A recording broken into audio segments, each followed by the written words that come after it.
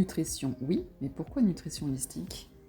Bien, la nutrition holistique, c'est une approche qui est, on pourrait dire, globale. Donc, on regarde autant au niveau de l'alimentation que de la nutrition, mais aussi on regarde les différentes habitudes de vie, c'est-à-dire le sommeil, l'activité physique et la gestion du stress, et on regarde les différentes dimensions qui vont avoir une influence autant au niveau de la santé, du bien-être, que de l'alimentation des personnes. Je comprends l'approche globale, mais cela veut-il dire qu'il y a différentes dimensions? Oui, donc au niveau des différentes dimensions qu'on va regarder, donc il va y avoir la dimension physique, émotionnelle et interpersonnelle. Ces trois dimensions ont vraiment une influence importante au niveau de l'alimentation, la nutrition, mais aussi au niveau des habitudes de vie.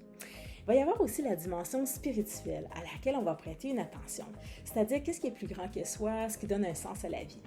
Puis finalement, il va y avoir la dimension environnementale, c'est-à-dire là où on vit. Donc par exemple, est-ce qu'on a accès à des aliments qui sont sains, qui sont frais? Est-ce qu'on a accès aussi à des environnements pour aller se détendre ou encore faire de l'activité physique?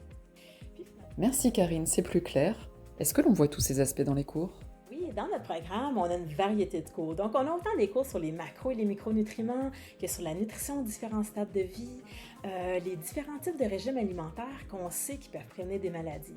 On offre aussi des cours, par exemple, sur les pratiques alimentaires durables, des cours de cuisine, également des cours sur l'anatomie et la physiologie humaine pour bien comprendre le corps humain, comment il fonctionne, mais aussi comment différents facteurs peuvent influencer son fonctionnement. On pourrait penser à l'alimentation, mais aussi, par exemple, le sommeil ou l'activité physique.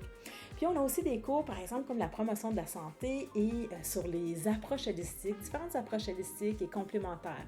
Par exemple, on peut penser à la méditation pleine conscience ou encore au bain de forêt.